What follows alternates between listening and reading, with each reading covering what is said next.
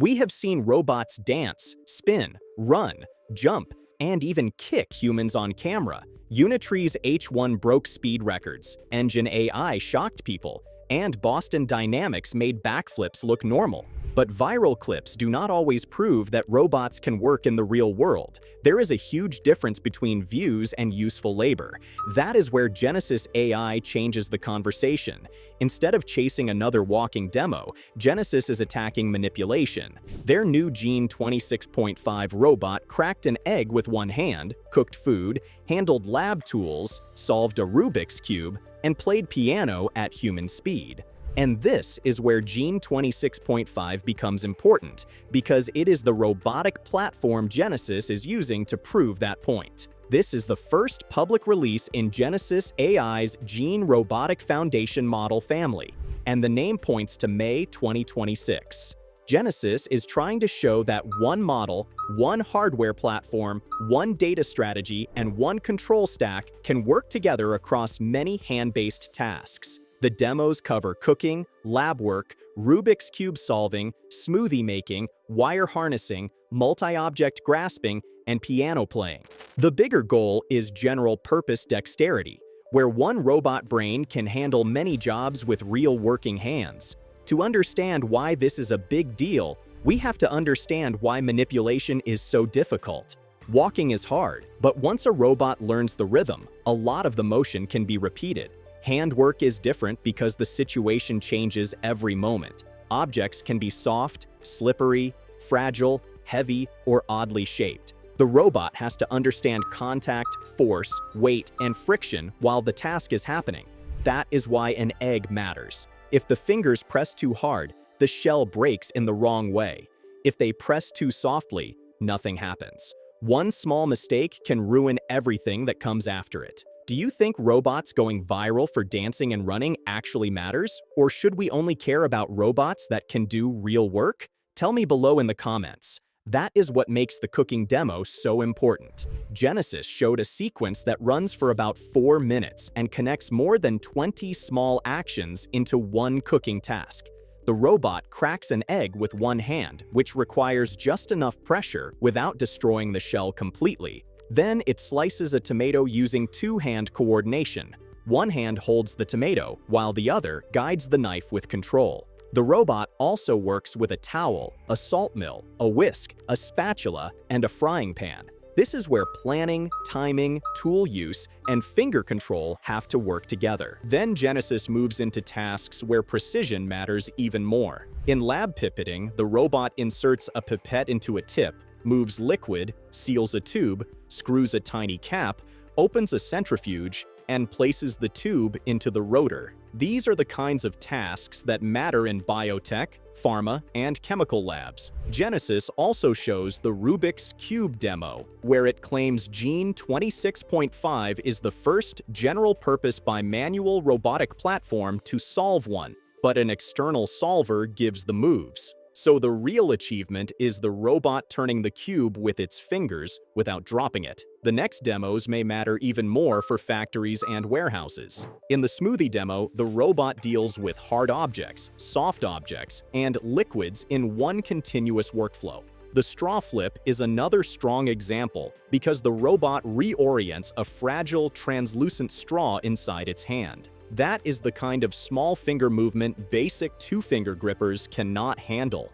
Then comes multi-object grasping, where the robot holds 4 different objects with 4 different grasp styles in one hand. That skill matters for packaging lines, warehouse sorting, and messy real-world work. The most industrially serious demo is wire harnessing. The robot bundles cables, hangs cables, and tapes cables. It may not look as flashy as cracking an egg or playing piano, but it matters a lot inside factories. Genesis calls wire harnessing a holy grail task in automotive because cables are flexible and hard for robots to control. A wire bends, slips, twists, and changes shape while the robot is handling it. That is why many factories still depend on human workers for cable-related tasks. This demo points directly toward the hand labor companies want to automate. The piano demo looks incredible, but the framing has to stay careful. Genesis shows the robot playing Ferris wheel and rush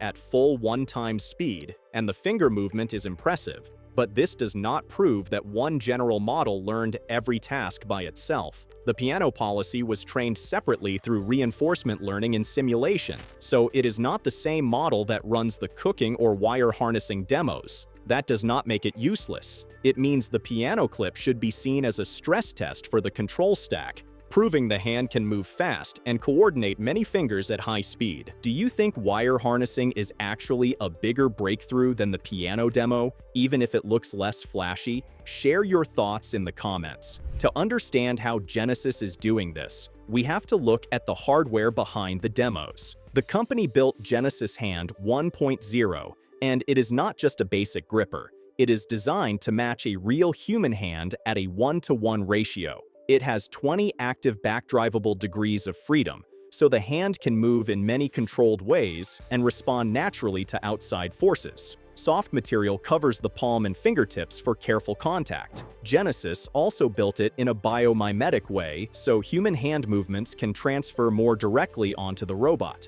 This matters because the hand connects straight into the Genesis data engine. Genesis is trying to teach robots by capturing how human hands actually move in the real world. Glove data records detailed hand motion and touch signals. Egocentric video captures tasks from a human point of view.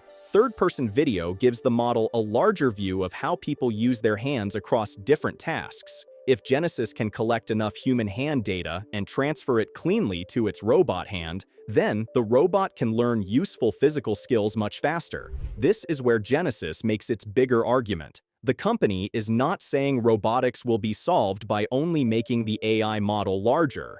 The whole approach has to work together. Hardware, human data, control, simulation, and the robotic foundation model all have to be built around the same goal. Genesis says it has collected more than 200,000 hours of data. Its control stack runs at 500 Hz, and latency can drop as low as 3 milliseconds. In benchmark tests, tracking error improved from around 20 millimeters to roughly 2 millimeters. The wildest claim is that many hard skills need less than 1 hour of task-specific robot data. But the reality check is still important. These demos do not mean robots have fully reached human-level manipulation. They show progress, but they do not close the entire gap. These are company-provided demos, not independent public benchmarks. The piano demo uses a separately trained policy. The Rubik's Cube demo uses an external solver. Genesis has also not published full success rates for every task for outside researchers to judge the technology properly. The excitement is fair, but the skepticism is fair too. Genesis says many hard skills may need less than 1 hour of task-specific robot data.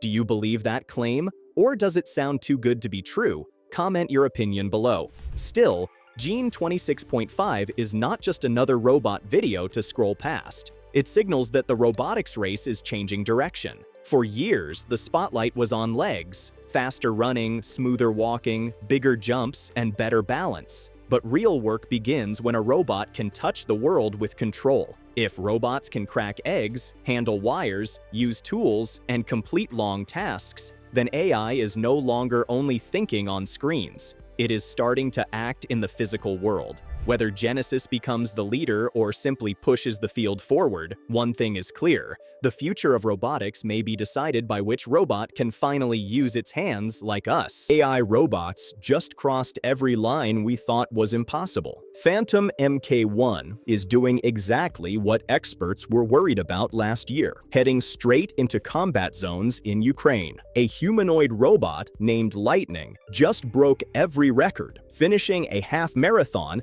faster than any human ever has. Korea unveiled the AI Sapiens Humanoid, a direct challenge to Unitree's G1. Toyota's CUE7 is hitting basketball shots with elite-level aim. Yeah, all of this is happening, and the gap between humans and machines is closing fast. A humanoid robot just ran a half marathon faster than the human world record, something that sounded unrealistic not long ago. And this single result is now forcing a complete rethink of how fast this technology is actually moving.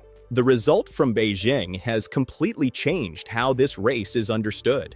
Honor's humanoid robot Lightning completed the full 13.1 miles, 21.1 kilometers, in 50 minutes and 26 seconds, faster than Jacob Kiplimo's human world record of 57 minutes and 20 seconds. The jump looks even bigger next to last year's winning robot time of 2 hours and 40 minutes. This is not a small improvement. It is a massive leap in speed, endurance, and control. At the same time, the race also showed where the limits still are. One robot collapsed at the starting line, and another hit a barrier during the run, proving that stability and real-time decision-making still break down in messy environments. Across the event, more than 100 teams, 26 brands, and over 300 humanoid robots took part. Around 40% of the field used full autonomous navigation, while the rest still depended on remote control.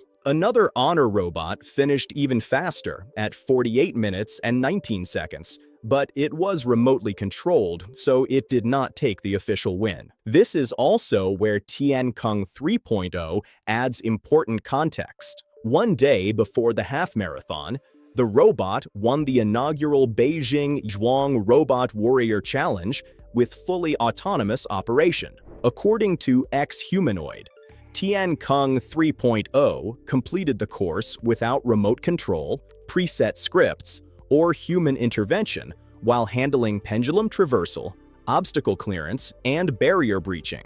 That matters because it shows this progress is not only about raw running speed. It is also about perception, planning, movement control, and recovery in more dangerous, real-world environments. What stands out here is not just speed, but direction. Honor dominated the top positions, while robots like Tiankung 3.0 showed that autonomy is improving beyond the track. Taken together, these results suggest the field is moving from impressive demos toward real capability. When speed, endurance, autonomy, and recovery begin improving at the same time, humanoid robots start looking less like experiments and more like systems that can eventually work in industry, logistics, rescue, and other demanding environments. And if you think that speed only matters on a racetrack, think again. Because right now, robots are stepping onto a very different kind of course, and the stakes could not be higher. Robots are no longer just supporting soldiers on the battlefield. Robots are now carrying out full combat missions and beginning to replace humans in frontline operations. This shift is already happening in Ukraine, where robots are moving beyond support roles and stepping directly into combat. In one operation, 2 enemy soldiers surrendered without facing a single human. The entire mission was completed by land robots and drones, controlled remotely from miles away. No shots were fired, and the position was captured, showing how technology is starting to change the nature of warfare. These missions are no longer rare.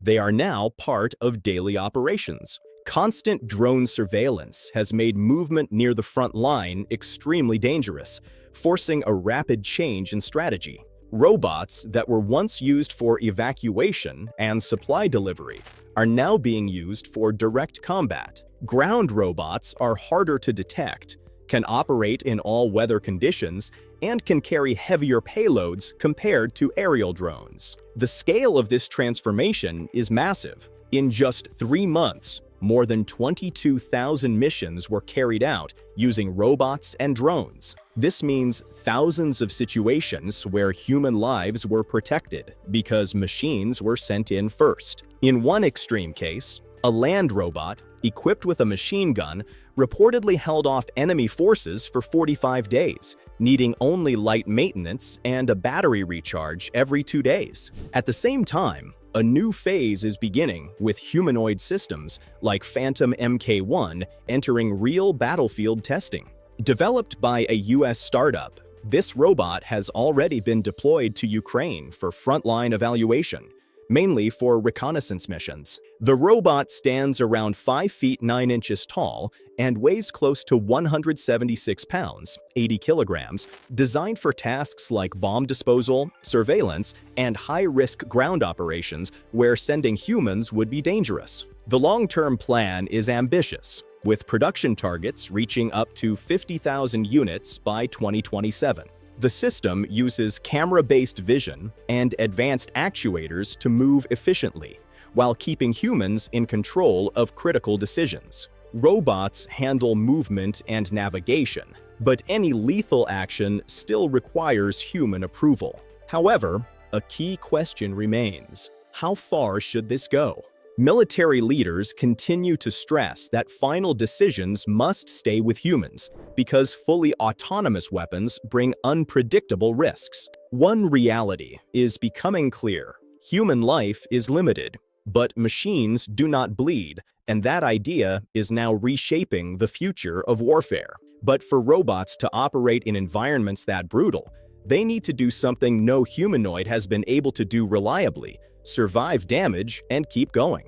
That is exactly what one company just cracked. For years, one failed joint meant total shutdown for humanoid robots, but a new system is now changing how machines handle damage and recovery. A single joint failure used to end everything instantly. When one motor stopped, balance would break, and a heavy robot would crash to the ground. This limitation defined humanoid robotics for years, making real-world deployment risky and unreliable. Now, Figure AI is changing that rule with a new AI controller called Vulcan, and the impact is significant. In a real test, the Figure 03 was working at a sorting station, already operating at human-level speed. During the task, the right knee actuator was intentionally shut down mid-operation. In earlier systems, this would have caused an immediate collapse. Instead, the robot paused, shifted its weight carefully, and continued walking with a slow but controlled limp. There was no fall and no system failure, only steady recovery. Vulcan goes even further. The system allows the robot to lose up to 3 actuators in the lower body and still remain balanced and functional. This level of failure would normally stop movement completely, but the robot continues operating. This is not just improved stability, it is a shift toward true operational survival. The breakthrough comes from how the robot processes movement. Figure uses an advanced AI system called Helix O2, which generates actions directly from vision and learned data, instead of relying on fixed instructions. When a failure happens, the system adapts instantly, adjusting movement in real time without waiting for pre-programmed responses. After the failure, the robot did not remain in place. It changed direction and began moving toward a maintenance area on its own. This kind of self-recovery removes the need for human intervention and reduces the risk of damage during transport. This advancement solves a major challenge in robotics: safety and downtime. A falling robot is both dangerous and expensive, and Vulcan removes that single point of failure. As humanoid robots move toward large-scale production, systems like this are becoming essential.